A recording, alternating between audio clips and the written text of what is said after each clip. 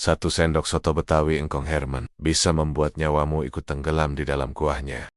Membuka gerbang dunia tak kasat mata. Jakarta ke 2003, di sebuah gang kecil di kawasan Tanah Abang, berdirilah sebuah warung sederhana, beratap seng dan berdinding triplek yang mulai usang dimakan waktu. Warung itu milik seorang pria tua yang akrab dipanggil Engkong Herman. Usianya sudah lebih dari 60 tahun, kulitnya keriput, rambut memutih, dan matanya sayu. Namun masih penuh perhitungan. Selama bertahun-tahun, Engkong Herman berjualan soto Betawi di depan rumahnya. Warungnya kecil, hanya muat 4 meja panjang dengan bangku kayu. Lokasinya sebenarnya strategis di dekat pasar dan jalan menuju stasiun, tapi anehnya, pembelinya tidak pernah ramai. Orang lebih memilih soto dari warung lain yang lebih ramai di ujung gang.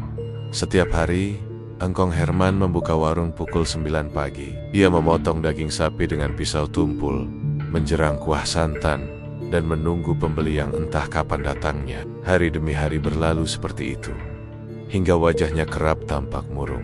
Hanya ditemani suara sendok beradu dengan piring saat ia sendiri mencicipi masakannya.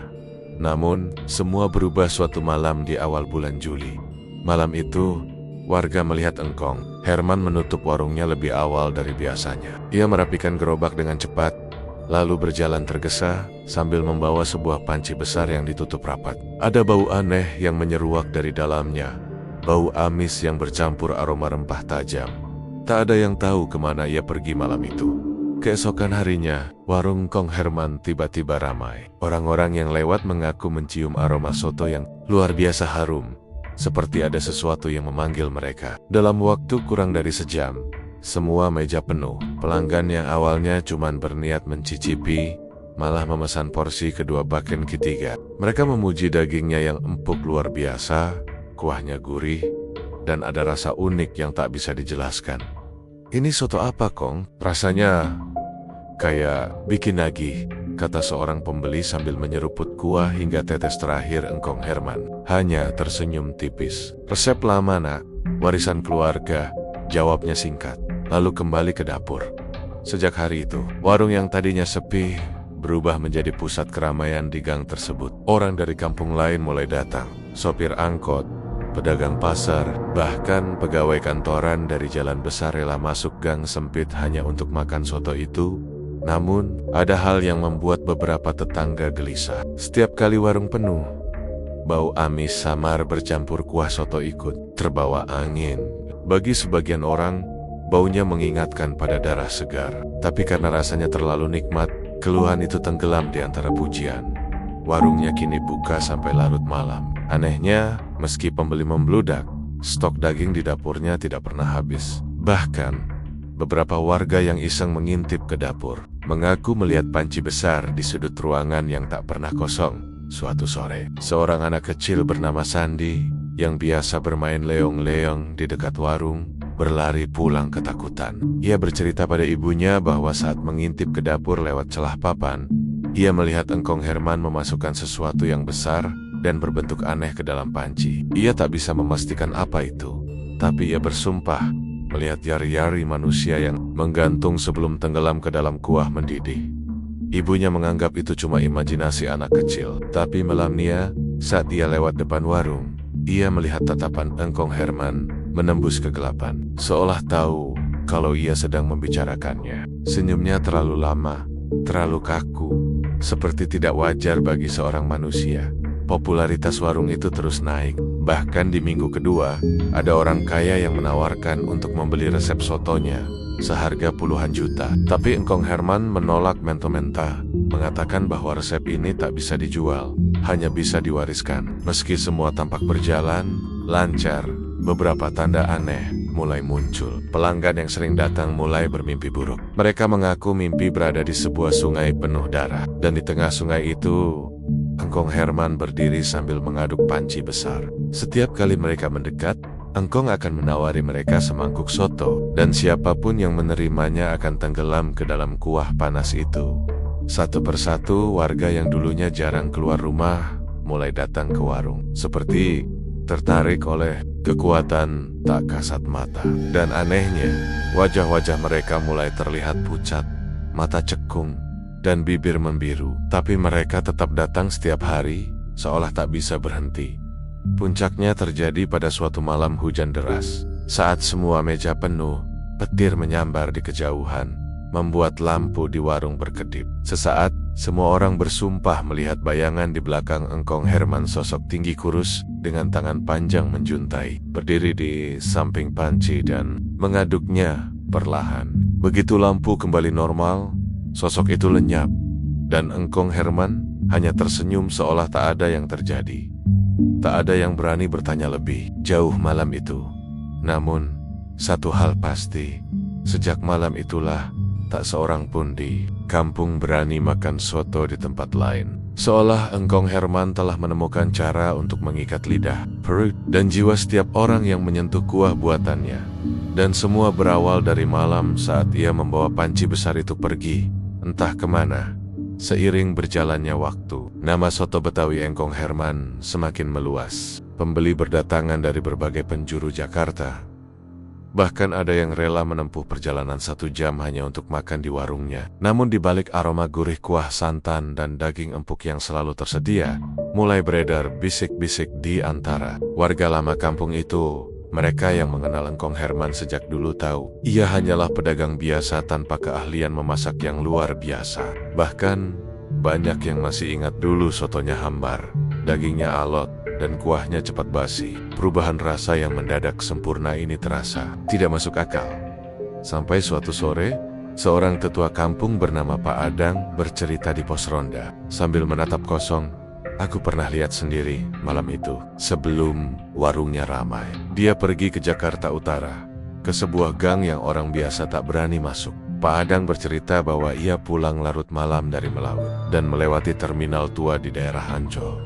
Saat itu, ia melihat sosok Engkong Herman berjalan cepat, membawa panci besar yang sama seperti yang ia gunakan di warung. Rasa membuat Pak Adang mengikutinya dari jauh. Engkong memasuki gang sempit yang remang-remang, di mana rumah-rumahnya sudah banyak yang kosong. Di ujung gang, ada sebuah rumah reyot yang pintunya tertutup kain hitam. Di depannya duduk seorang perempuan renta dengan tubuh bungkuk, kulit legam, dan mata putih buta yang tetap terasa mengawasi siapapun yang lewat. Itulah Mbah Rante, dukun tua yang sudah puluhan tahun jadi bisik-bisik warga pesisir. Konon, ia ahli dalam membuat orang sukses dalam semalam dengan harga yang harus dibayar dalam darah. Pak Adang tak bisa mendengar jelas percakapan mereka, tapi ia melihat Mbah Rante menaburkan bubuk hitam ke dalam panci Engkong Herman, lalu mengeluarkan sesuatu dari kantong kain, sebuah jari manusia yang membiru, seperti sudah lama membusuk. Dengan tangan gemetar namun pasti, Engkong Herman memasukkan jari itu ke dalam panci. Lalu Mbah Rante melilitkan benang merah di pergelangan tangannya sambil komat kemit membaca mantra. Setelah itu, Engkong keluar tanpa menoleh ke belakang. Langkahnya mantap, seolah membawa pulang sebuah harta. Sejak malam itu, cerita tentang Mbah Rante kembali menyeruak di kampung. Ada yang bilang, dukun itu memelihara pocong lapar makhluk yang memakan bagian tubuh manusia dan memberkati makanan agar terasa nikmat tak tertandingi. Tapi syaratnya jelas, daging manusia harus terus diberikan agar rasa itu tidak hilang. Di warung, Engkong Herman mulai bersikap aneh. Ia tak lagi belanja daging di pasar. Warga yang terbiasa melihatnya mengangkut kiloan daging sapi kini jarang melihatnya keluar rumah di pagi hari. Anehnya, stok daging di warungnya selalu melimpah. Karyawan warung yang bernama Bowo suatu malam mengaku pada tetangganya bahwa ia pernah mendengar suara-suara aneh dari dapur ketika warung sudah tutup. Saat mengintip, ia melihat Engkong Herman berjongkok di depan panci besar, berbicara pelan seperti sedang menenangkan seseorang. Bowo tak bisa mendengar jelas, tapi ia bersumpah ada suara lain yang menjawab dari dalam panci, suara serak dan berat, seperti suara orang yang bernafas di dalam air. Bowo keluar dari warung itu beberapa hari kemudian. Wajahnya pucat dan tubuhnya jawab. Ia hanya berpesan pada tetangga dekat, jangan pernah makan di sana, apalagi kalau Engkong Herman yang menyendokkan kuahnya sendiri. Namun peringatan itu tenggelam oleh rasa lapar dan ketagihan para pelanggan. Semakin hari, semakin banyak orang yang datang. Bahkan ada keluarga kaya yang memesan untuk pesta besar di rumah mereka, memesan puluhan liter kuah soto. Anehnya, seminggu setelah pesta itu, keluarga tersebut jarang terlihat keluar rumah. Beberapa tetangga mengaku mendengar suara gaduh di malam hari dari dalam rumah mereka. Suara panci besar yang diaduk diiringi aroma darah yang begitu kuat. Di tengah semua ini, Mbah Rante terlihat sekali lagi. Beberapa warga melihatnya berdiri di ujung gang warung Engkong Herman. Hanya dia memandangi warung itu. Saat ada yang berani menegur, perempuan tua itu tersenyum lebar, memperlihatkan gigi-gigi dia yang hitam dan jarang. Dia sudah pandai sekarang. Tak perlu aku bimbing lagi. Tinggal tunggu kapan gantian dia yang masuk ke panci, katanya sambil berjalan tertatih menjauh. Malam itu, langit Jakarta diguyur hujan deras. Lampu-lampu di gang berkedip seperti mau padam. Dan dari dapur warung Engkong Herman terdengar suara adukan panci yang lambat. Don Pan. Sejak warung soto Betawi Engkong Herman makin ramai, kampung kecil di Tanah Abang itu mendadak sering kedatangan orang luar. Ada yang datang untuk makan, ada juga yang hanya penasaran dengan warung legendaris yang katanya punya cita rasa gaib itu. Namun, di tengah keramaian yang seperti pesta tiap malam, mulai muncul tenda-tenda yang membuat warga resah. Awalnya, hanya kabar samar. Satu anak tidak pulang sejak sore, katanya masih bermain layangan di lapangan dekat rel kereta. Besoknya, seorang bocah perempuan yang biasa membantu ibunya di warung sayur juga hilang jejak. Orang tua mereka panik, mengira anak-anak itu diculik. Laporan ke pos polisi hanya berbuah janji penyelidikan, tapi tak ada perkembangan. Namun, yang membuat bulu kuduk warga berdiri adalah kemiripan waktu kejadian. Semua anak yang hilang terakhir kali terlihat di sekitar gang warung Engkong Herman, entah sedang bermain, lewat, atau mengintip ke dalam. Sore itu, Bu Saroh, seorang ibu rumah tangga, melaporkan bahwa anaknya, Andi, belum pulang dari main sepeda. Ia terakhir melihat Andi lewat depan warung sambil melirik ke arah dapur. Bu Saroh mencoba bertanya pada Engkong Herman, tapi lelaki tua itu hanya mengangkat bahu. Banyak anak main di sini, Bu. Saya nggak perhatiin satu-satu, katanya, sambil tetap mengaduk panci besar di atas kompor. Namun, Bu Saroh merasa ada yang janggal. Saat ia berdiri di dekat pintu dapur, ia mencium aroma kuah soto yang bercampur bau amis, menyengat lebih tajam dari biasanya. Dan entah mengapa, ia merasa seperti ada sesuatu yang bergerak di dalam panci, bukan hanya daging yang direbus. Beberapa malam kemudian, Sandi, anak kecil yang dulu pernah mengintip ke dapur Engkong Herman, kembali menceritakan sesuatu pada ibunya. Dengan suara bergetar ia berkata, "Aku lihat kepala orang di panci itu, Bu.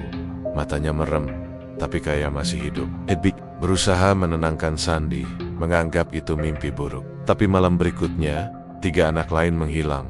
Semuanya terakhir terlihat bermain kelereng di depan warung. Warga mulai gelisah. Pos ronda tak pernah sepi. Bapak-bapak berjaga dengan bambu dan senter. Namun, anehnya hilangnya anak-anak selalu terjadi pada saat warung sedang penuh. Pembeli seolah keramaian itu menutupi suara teriakan atau tangisan dari dalam dapur. Suatu malam, Pak Adang yang masih menyimpan curiga memutuskan untuk mengintai dari kejauhan. Ia bersembunyi di balik tumpukan peti sayur di gang seberang, mengamati setiap jerok-gerik di warung. Hujan rintik turun, membuat udara dingin menusuk. Dari balik tirai dapur yang setengah terbuka, Pak Adang melihat Engkong Herman mengangkat sesuatu dari panci besar. Di bawah cahaya lampu redup, ia melihat jelas itu bukan daging sapi. Itu adalah tubuh kecil yang terpotong-potong. Kulitnya pucat, dan rambutnya masih menempel di kepala. Jantung Pak Adang berdentum keras. Ia menahan diri untuk tidak berteriak, mundur pelan, lalu berlari menuju pos ronda. Namun saat ia kembali bersama 2 orang lain, dapur sudah bersih. Tidak ada potongan tubuh, tidak ada panci besar, hanya aroma kuah soto yang menggantung di udara. Dan senyum tipis Engkong Herman. Keesokan paginya, sebuah kabar membuat darah warga membeku. Di sungai kecil yang mengalir di belakang pasar, ditemukan bungkusan plastik hitam berisi potongan tulang kecil. Tidak ada yang berani memastikan apakah itu milik manusia atau hewan. Tapi semua orang di kampung tahu jawabannya. Meski begitu, tak satu pun berani menuduh secara langsung. Entah karena takut pada Engkong Herman atau pada sosok tak terlihat yang seolah menjaga warung itu. Namun, ada satu kejadian yang membuat gosip berubah menjadi teror nyata. Seorang bocah bernama Rudi hilang saat bermain petak umpet. Temannya, Ari, bersumpah melihat Rudi masuk ke warung lewat pintu belakang, lalu menghilang begitu saja. Ari mencoba mengikutinya, tapi begitu ia sampai di dapur, ia melihat panci besar mendidih tanpa tutup. Di dalamnya kuah kuning santan bergolak, tapi di tengahnya ada wajah Rudi. Matanya menatap ke atas, bibirnya bergerak girok seolah memanggil bantuan. Ari menjerit dan lari keluar. Tapi setelah ia kembali bersama orang dewasa, panci itu sudah tertutup rapat. Engkong Herman berdiri di sampingnya, tersenyum ramah. "Anak, memang suka bercanda," katanya ringan. Sejak malam itu, anak-anak dilarang bermain dekat warung. Tapi larangan itu tak menghentikan hilangnya nyawa muda di kampung. Dan setiap kali ada yang hilang, warung Engkong Herman selalu lebih ramai dari biasanya. Aroma kuahnya lebih harum, dan rasa sotonya semakin tak bisa dilupakan. Di antara bisik warga, ada satu kalimat yang terus diulang, lirih seperti doa terbalik. Kalau sotonya terlalu enak, berarti bukan cuma daging sapi yang dimasak di sana. Sejak kabar hilangnya anak-anak menyobar, sebagian warga mencoba menjaga jarak dari warung soto Betawi Engkong Herman. Namun, anehnya, semakin banyak orang menjauh, semakin ramai pula warung itu oleh pembeli dari luar kampung. Mereka datang dalam rombongan, memesan porsi demi porsi. Bahkan ada yang membawa wadah besar untuk dibawa pulang. Yang paling membingungkan, daging di warung itu tidak pernah habis. Tak peduli berapa banyak porsi yang keluar, panci besar di dapur selalu terlihat. Bahkan saat menjelang tengah malam, kuah tetap melimpah, daging tetap empuk, dan aromanya semakin kuat. Rasa penasaran membawa seorang pemuda bernama Darto untuk melamar kerja di warung itu. Ia bilang pada keluarganya ingin mencari uang tambahan, tapi sebenarnya ia ingin tahu rahasia dapur Engkong Herman. Dengan mudah, ia diterima. Engkong hanya berpesan satu hal, kalau sudah jam 10 malam, kamu pulang, dapur saya yang bereskan. Hari-hari pertama, Darto tak melihat hal aneh. Ia hanya membantu mencuci piring, mengantar pesanan, dan memotong sayuran. Namun, ia mulai heran saat melihat Engkong jarang sekali menambah daging dari kulkas atau ember penyimpanan. Panci besar itu seperti sumber tak terbatas di sendok berkali-kali. Isinya tetap sama. Rasa ingin tahu memuncak pada malam Jumat, saat warung mulai sepi menjelang jam 10. Darto berpura-pura membereskan piring di meja depan, padahal ia menunggu sampai semua pelanggan pergi. Ketika Engkong masuk ke dapur, Darto menyelinap diam-diam dari celah pintu. Ia melihat Engkong berdiri di depan panci besar. Uap panas mengepul, membuat ruangan terasa lembab. Engkong mengangkat sendok sayur, menyelamkannya hingga ke dasar panci. Saat ia mengangkatnya, Darto melihat sesuatu yang membuat darahnya membeku. Sebuah tangan manusia. Masih utuh, kulitnya pucat keabu-abuan, dan kukunya panjang. Darto tertegun. Ia hampir tersandung ember di belakangnya, tapi berhasil menahan diri. Ia terus mengintip, dan kali ini ia melihat Engkong menarik sesuatu yang lebih besar dari dalam panci. Potongan tubuh manusia. Bagian dadanya terbelah, namun wajahnya masih utuh, dan wajah itu milik salah satu anak yang hilang beberapa minggu lalu. Engkong menatap potongan tubuh itu dengan tatapan penuh rasa sayang, seperti orang memandangi anaknya sendiri. Ia berbisik pelan, "Tenang, tinggal sedikit lagi. Setelah ini, kamu gak akan lapar lagi di sana." Darto merasakan bulu kuduknya berdiri. Ia mundur pelan, tapi saat berbalik, ia tanpa sengaja menjatuhkan sendok di meja kecil dekat pintu. Suara dentingnya membuat Engkong menoleh cepat. Matanya tidak lagi sayu seperti biasanya, melainkan merah dan lebar, seperti mata binatang yang terpojok.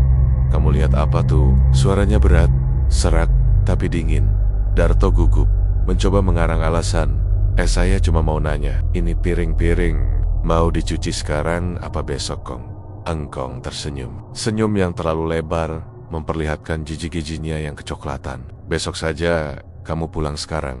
Istirahat yang cukup ya." Darto mengangguk cepat dan keluar. Namun, sepanjang perjalanan pulang, ia merasa ada yang mengikutinya. Sesekali, ia mencium aroma kuah soto yang semakin kuat.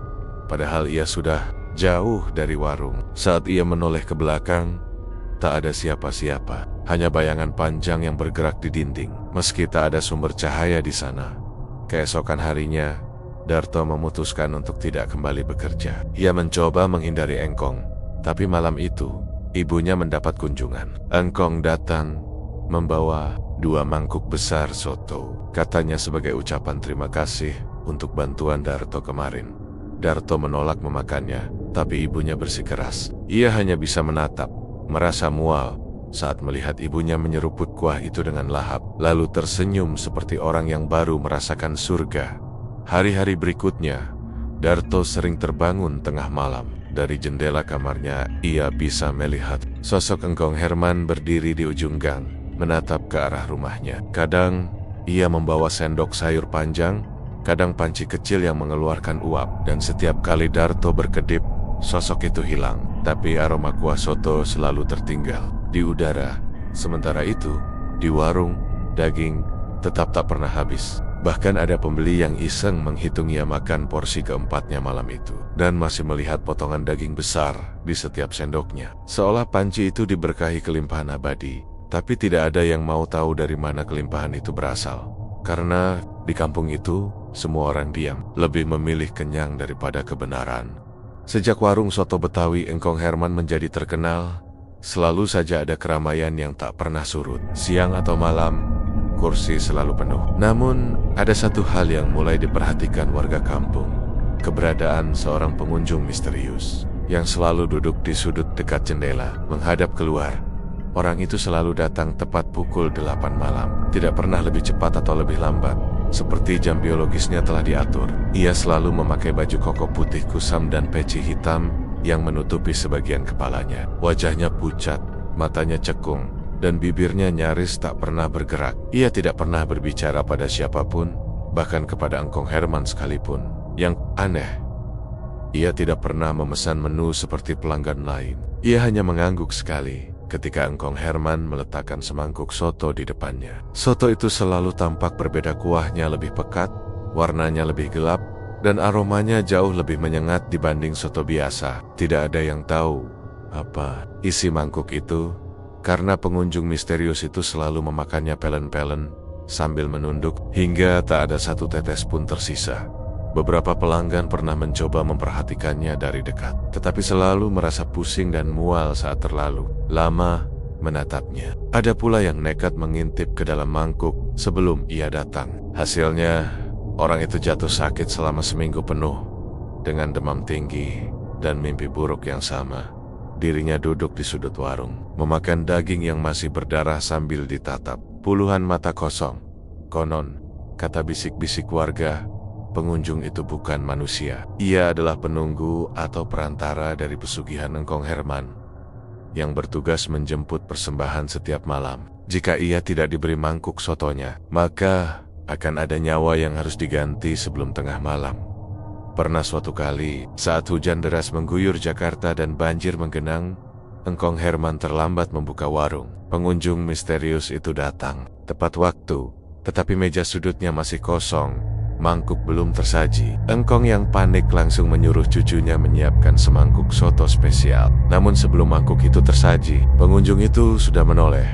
Semua orang yang ada di warung mengaku melihat wajahnya berubah, kulitnya memucat seperti kain kafan basah. Bola matanya menghitam penuh, dan mulutnya terbuka lebar memperlihatkan deretan gigi tajam yang tidak mungkin dimiliki manusia. Angin dingin menyapu seluruh ruangan, membuat lampu bergoyang. Salah satu pelanggan yang duduk paling dekat mendadak pingsan dan tak pernah bangun lagi sampai hari ini.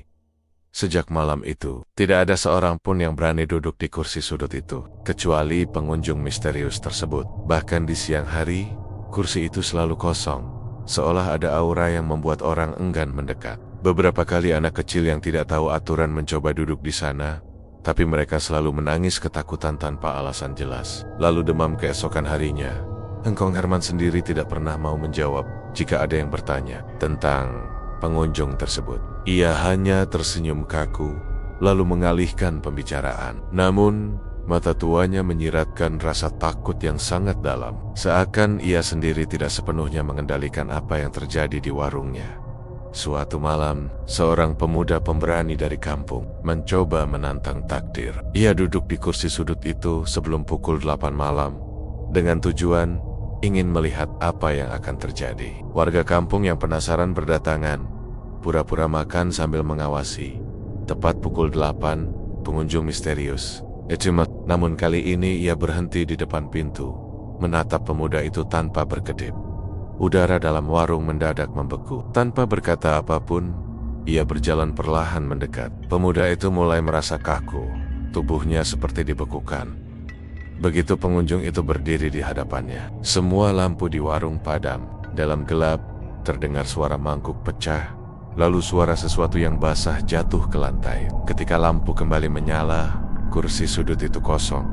Pemuda itu hilang. Hanya tersisa mangkuk soto dengan kuah gelap pekat, dan di dalamnya ada potongan daging yang tampak seperti jari manusia.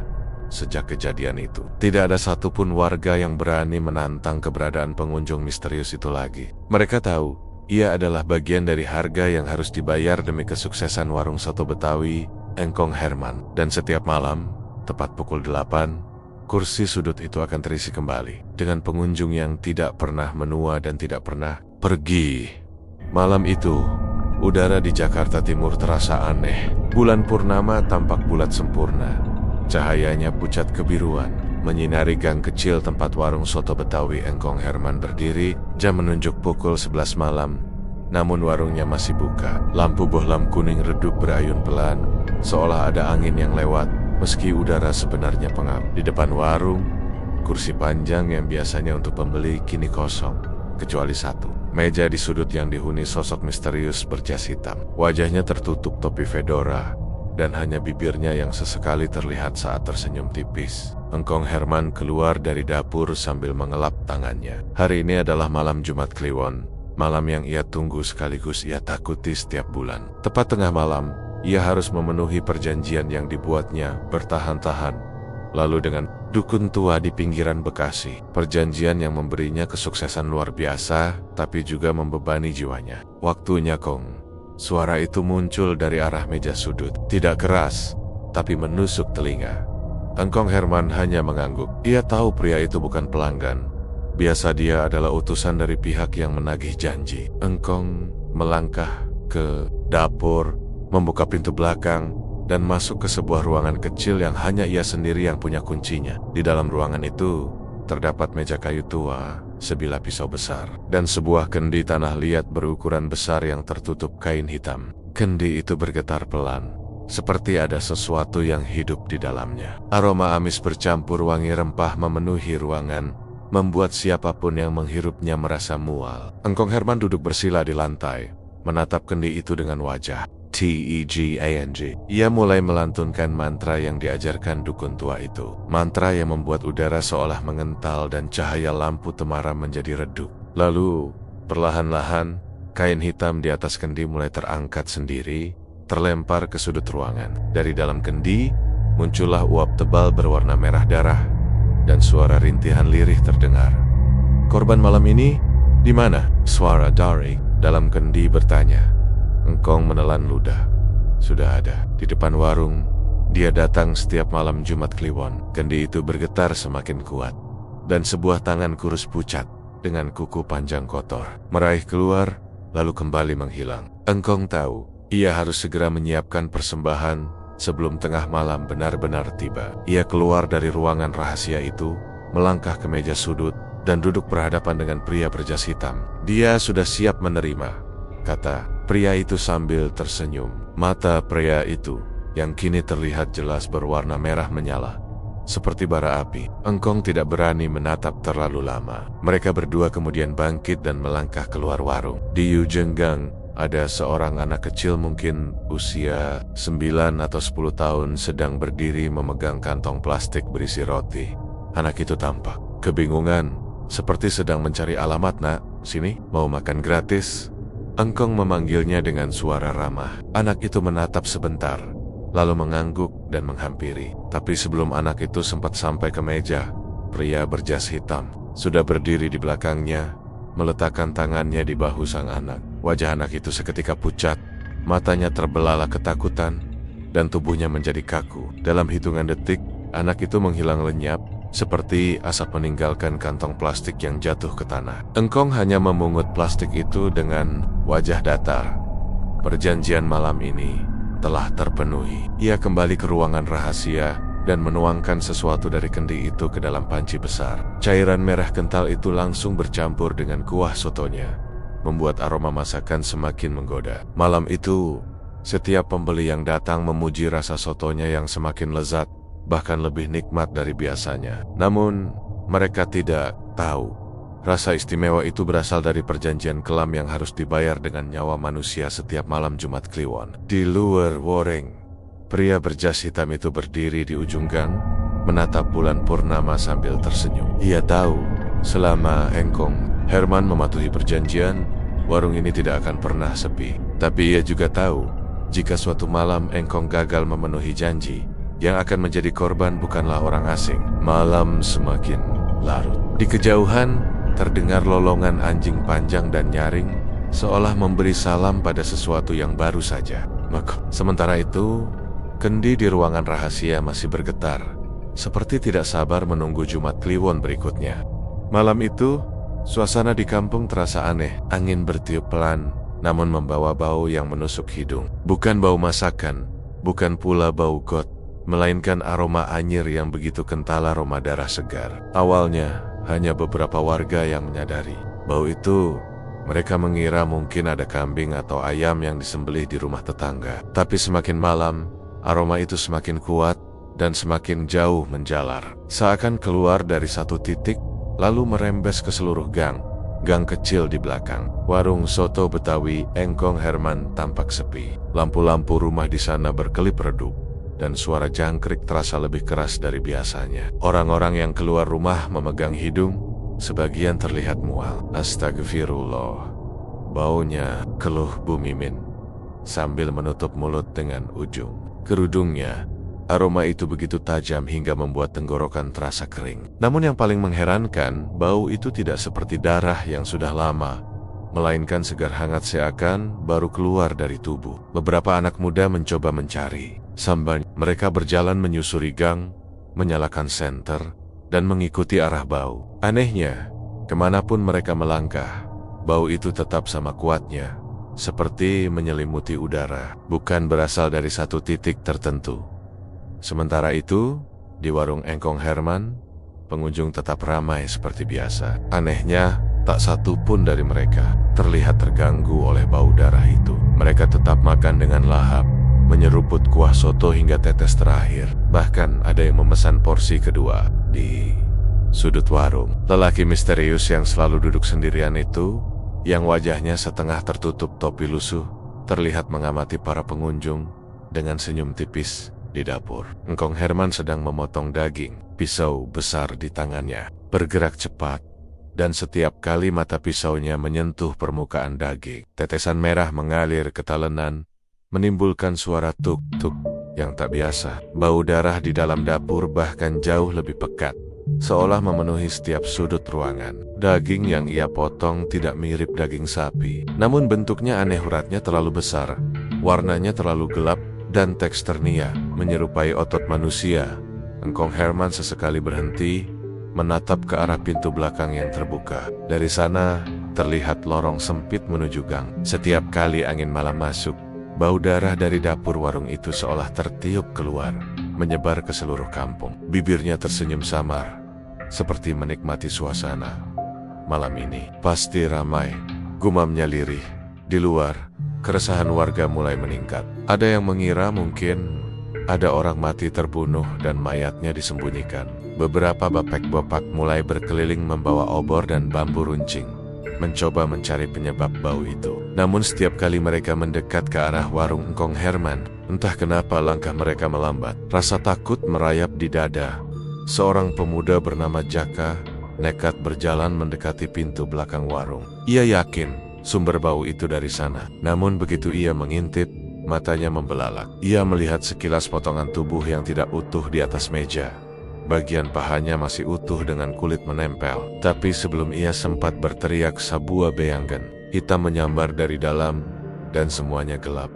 Keesokan paginya, warga menemukan sandal Jaka tergeletak di lorong belakang warung, berlumur darah. Tidak ada yang berani bertanya langsung pada Engkong Herman, apalagi mendekati warungnya. Tapi malam berikutnya, bau darah itu kembali muncul, bahkan lebih pekat dari sebelumnya. Dan anehnya, setiap kali bau itu datang, selalu ada satu warga kampung yang menghilang tanpa jejak. Bau itu akhirnya menjadi tanda kutuk bagi kampung tersebut. Setiap kali tercium, orang-orang segera menutup pintu dan jendela rapat-rapat, mengurung diri di dalam rumah sambil berdoa. Namun mereka semua tahu, tak peduli seberapa keras mereka mengunci diri, sesuatu di luar sana tetap berkeliaran. Dan lapar, warung soto Betawi Engkong Herman selalu dipenuhi orang. Dari siang hingga lewat tengah malam, tak pernah ada kursi yang benar-benar kosong. Pelanggan setianya pun semakin banyak. Mereka yang dulu hanya mampir sekali, kini menjadi pengunjung rutin, bahkan ada yang makan setiap hari tanpa absen. Namun, dari sekian banyak pelanggan itu, ada satu kesamaan aneh yang mulai diperhatikan warga sekitar.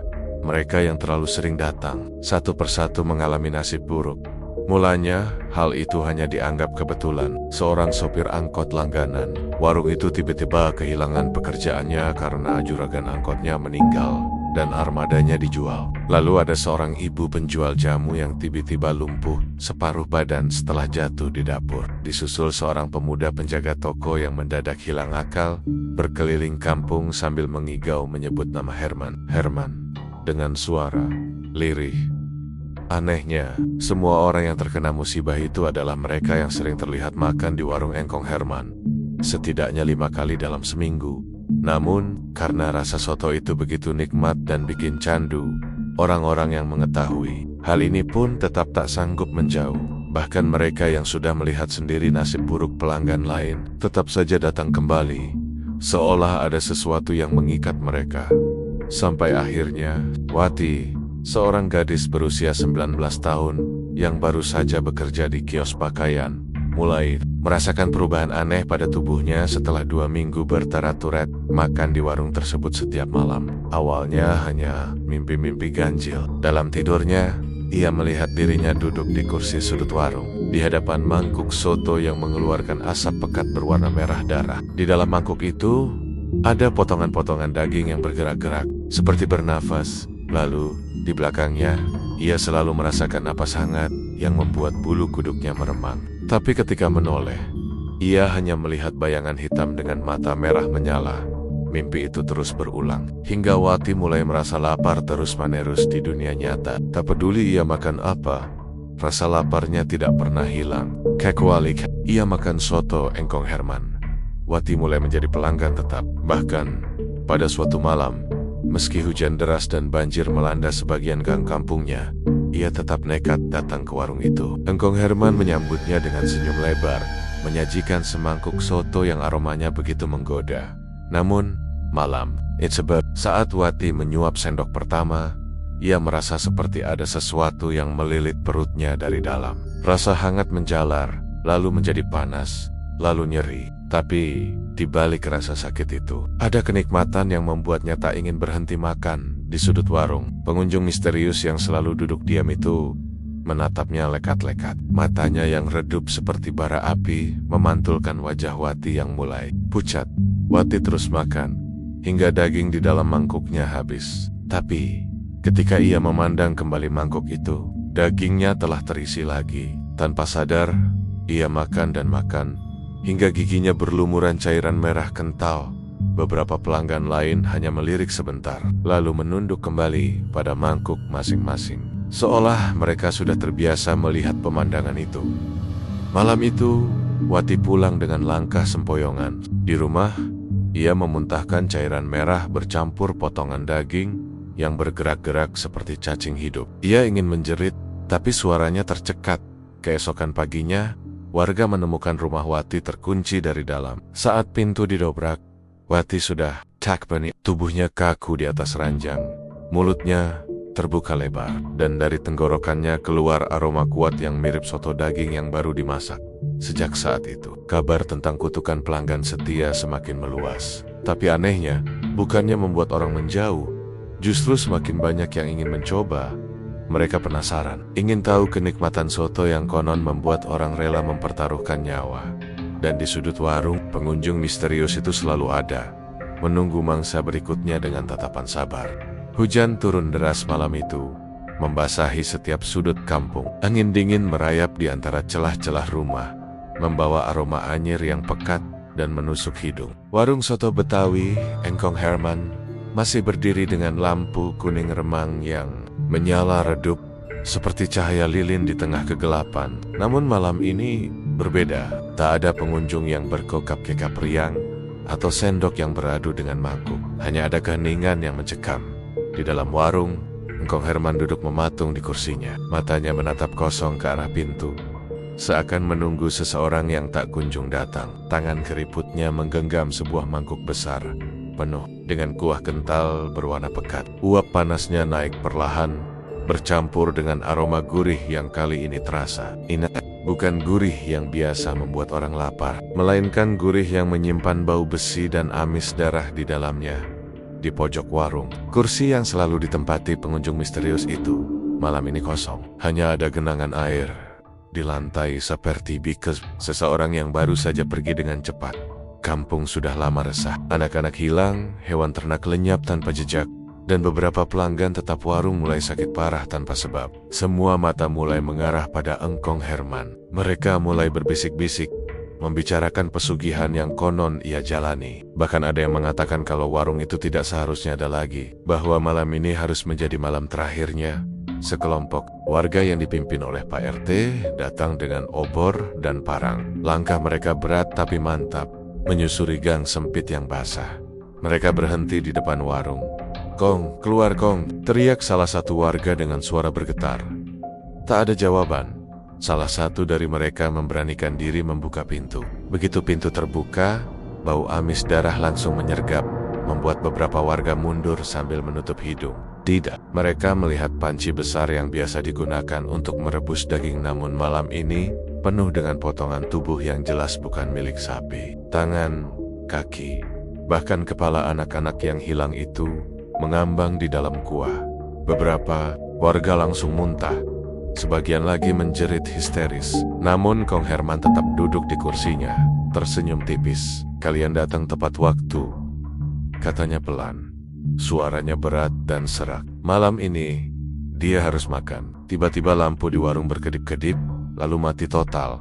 Hanya cahaya obor yang bergetar di tangan warga. Dari sudut gelap, suara langkah kaki perlahan terdengar berat, menyeret dan basah. Lalu sosok tinggi, kurus, dengan kulit pucat kebiruan yang menempel seperti lapisan tipis di tulang. Matanya kosong, namun mulutnya terbuka lebar memperlihatkan jiji-jiji tajam yang meneteskan darah segar.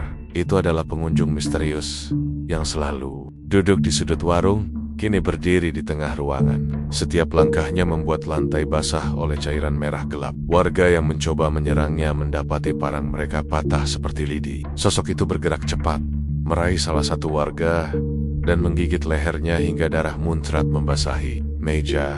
Panik melanda. Orang-orang berlari keluar, tapi pintu sudah tertutup rapat dari luar. Si kenekan kampung itu sendiri menolak mereka pergi. Satu persatu warga diseret ke panci besar. Tubuh mereka dicincang hidup dan potongannya dimasukkan ke dalam kuah panas. Engkong Herman tertawa sambil mengaduk. Matanya memancarkan kegembiraan yang tak wajar. Hujan di luar semakin deras, tapi suara teriakan dan jeritan dari dalam warung menembus ke setiap rumah. Warga yang mendengar hanya bisa berdiam, ketakutan. Seakan ada kekuatan tak terlihat yang menahan mereka untuk tidak menolong.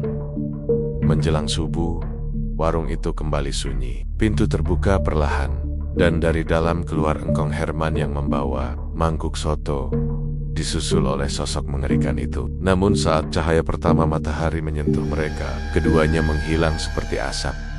Yang tersisa hanyalah bangunan warung yang kosong, panci besar yang kini berisi kuah hitam pekat, dan aroma darah yang tak pernah hilang dari gang itu. Sejak malam itu, tidak ada yang berani mendekati warung tersebut. Tapi kadang, pada malam Jumat Kliwon, orang bersumpah melihat cahaya lampu kuning menyala di dalamnya, dan terdengar suara sendok yang beradu dengan mangkuk, diiringi tawa serak Engkong Herman. Mereka belang, itu bukan akhir, itu baru permulaan, karena perut dia tak akan pernah kenyang.